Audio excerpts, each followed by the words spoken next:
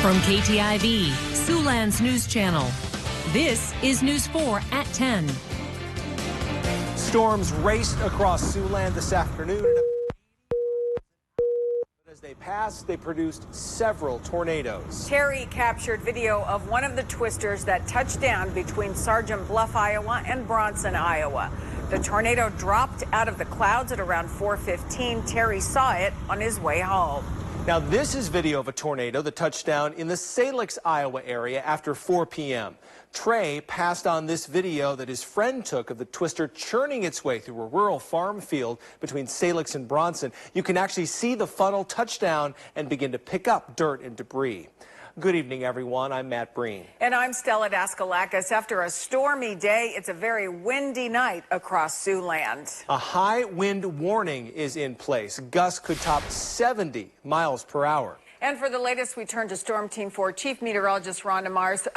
Ron, this is unlike any other December day in Siouxland. That's what I keep hearing today. Happy December 15th to you. Huh? Truly amazing stuff that we had go on throughout the day. Obviously, it was all about severe storms in the afternoon.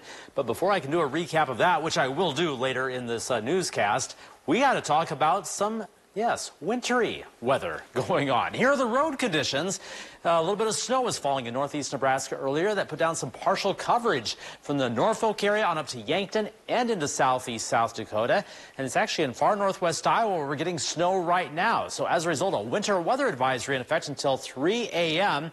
This includes places like Lincoln County of South Dakota, Lyon, Osceola, and Dickinson counties as well. And here's the reason why. Storm Track 4 still showing some snow moving from Lyon into Osceola and Dickinson County. You'll be clipped by this as well, although the vast majority of the snow is farther up to the north. And that snow is coming down with wind gusts that look like this right now, topping 60 miles per hour from Sioux City over to Storm Lake, Spencer, and in Esterville. High wind warnings in place for a lot of us. This has become a wind advisory as the wind is getting a little bit better to the south and the west, and the visibility being affected right up there in Lyon and Osceola counties. If you want to see what it looks like out there, how about that view from our Okoboji cam at this time? Much more about today's wild weather that we had coming up in a little while. Thank you, Ron. One of the hardest hit areas may be Kingsley, Iowa. In fact, the only people allowed in Kingsley tonight are residents. Crews are working on returning power to town. In the meantime, a temporary shelter has been set up for Kingsley residents. It is inside the Kingsley Pearson Middle School, which is in Pearson, Iowa. The shelter opened at 8:30 tonight. Residents were asked to bring sheets, pillows, blankets, and all necessities to stay overnight. Here's a business in Kingsley that was in the path of tonight's storms, and it wasn't spared. Christina sent us a photo of the roof that flew off. What she says is Titan Machinery in Kingsley. It's at 112 Highway and 140 North. And according to Plymouth County Sheriff's deputies, there were also a lot of downed power lines in Kingsley. No injuries have been reported. And one more note, there will be no school for the Kingsley Pearson Community School District tomorrow. The middle school in Pearson will continue to be used as a warming shelter for Kingsley residents who need a place to stay until power is restored.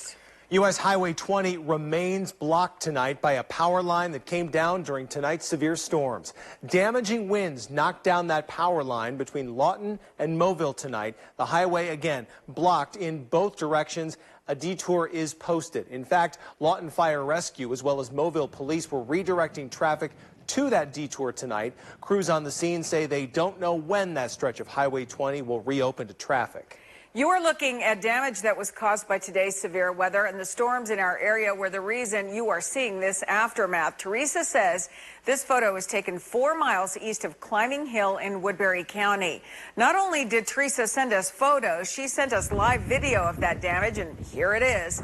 A strong band of storms moved through the area. A possible tornado was spotted 10 miles west of Climbing Hill near Bronson and south of Salix. Now to Orange City, Iowa. This video from earlier tonight. Kinsey gives us a look at the very dark skies, the very high winds, and the very heavy rain that was falling on the area as the storms moved through that part of northwest Iowa.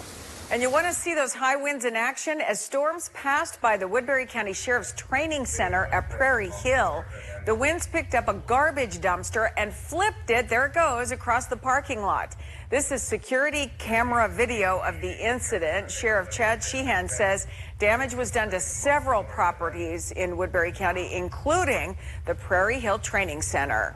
This photo shows how powerful severe weather can be. The storms were strong enough to topple this tree and send it crashing down onto a home. Nicholas says high winds cracked it at Talbot Road in Stone Park. A downed tree nearly took out a home in the 1500 block of Goldie Avenue in Sioux City's Riverside neighborhood. Chase shared this photo with us tonight. No major damage was visible. However, though, the tree was blocking the sidewalk. Other tree branches were down in the area, but roads, for the most part, appeared to be clear. This was the scene on Signal Hill around 4:15 this afternoon. You can see some ominous skies. You can hear those sirens, and they were above Sioux City. That's where this scene is. We do know at least one tornado was confirmed in Woodbury County. Barb shared with us what was happening just southwest of Sloan as the storms moved through today. It's obvious nothing was safe in the path of the severe weather. She says a hog building was ripped straight up into the air. In Whiting, the storm brought down limbs, even entire trees tonight. Wesley says the damage was done on the outskirts of Whiting. Just west of Anthon, Iowa, a possible tornado devastated a farm owned by Crystal Polson. She tells us she lost a chicken coop with the chickens inside. The storm also destroyed a single-car garage. All that's left of the garage, the foundation it was sitting on. It also ripped open her cattle shed. Polson's family took shelter in the home's basement. In Aurelia, the storm did damage to the First Cooperative Association. The National Weather Service says a silo was damaged at the co-op. The Weather Service also says 3 rail cars were blown over and a home was destroyed. Power is also out to the Cherokee County town.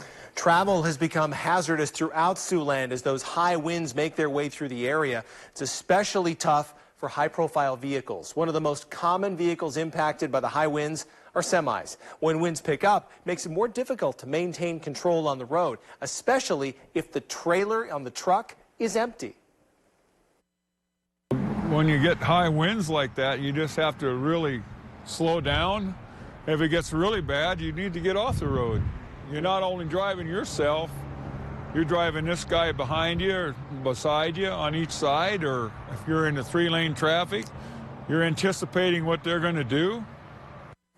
High says it's important for drivers to have their headlights on, especially if it's raining or snowing, so truck drivers can see them. And if you're on the roads during high winds, be cautious and also be patient as those semi-drivers navigate the highways. With power outages likely, Dakota County's emergency manager, Deanna Hagberg, provided tips on what to do if you lose power. Please do not call our 911 systems. It overwhelms them, and they will have other things that they're going to have to put first. Everybody has the 800 numbers that they should call if they lose power. If you do come up to a power line down, then you do call 911, but please don't call our 911 systems. It just overwhelms them. Hagberg says it's important to have a plan in place for work and home when severe weather hits. It's recommended to come up with several ways to receive alerts when the power goes out.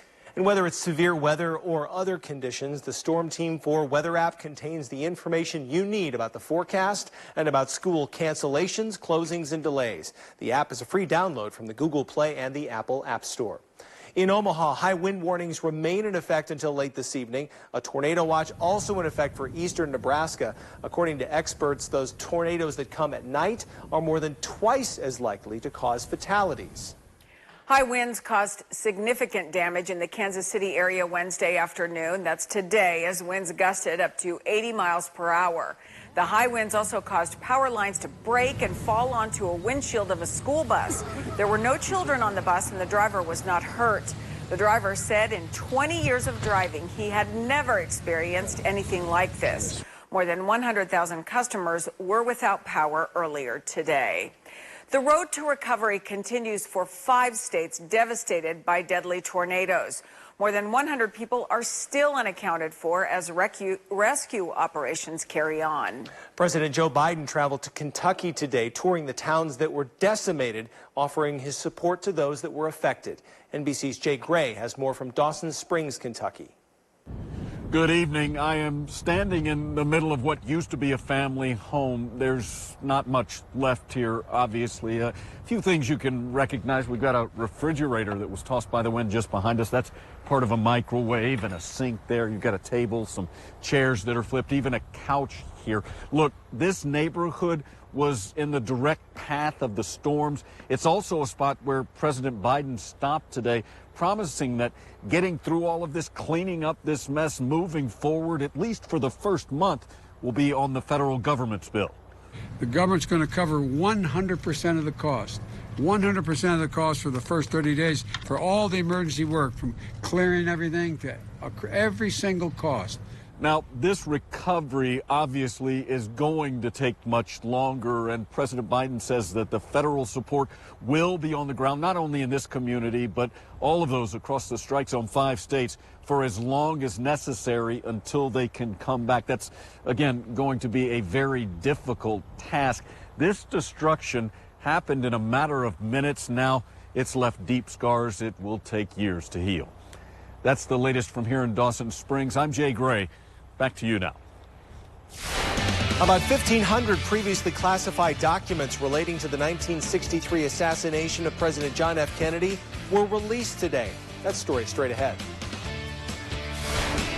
And I'll take a look both ahead and a recap of the storms that moved through here on a Wild Weather Wednesday coming up.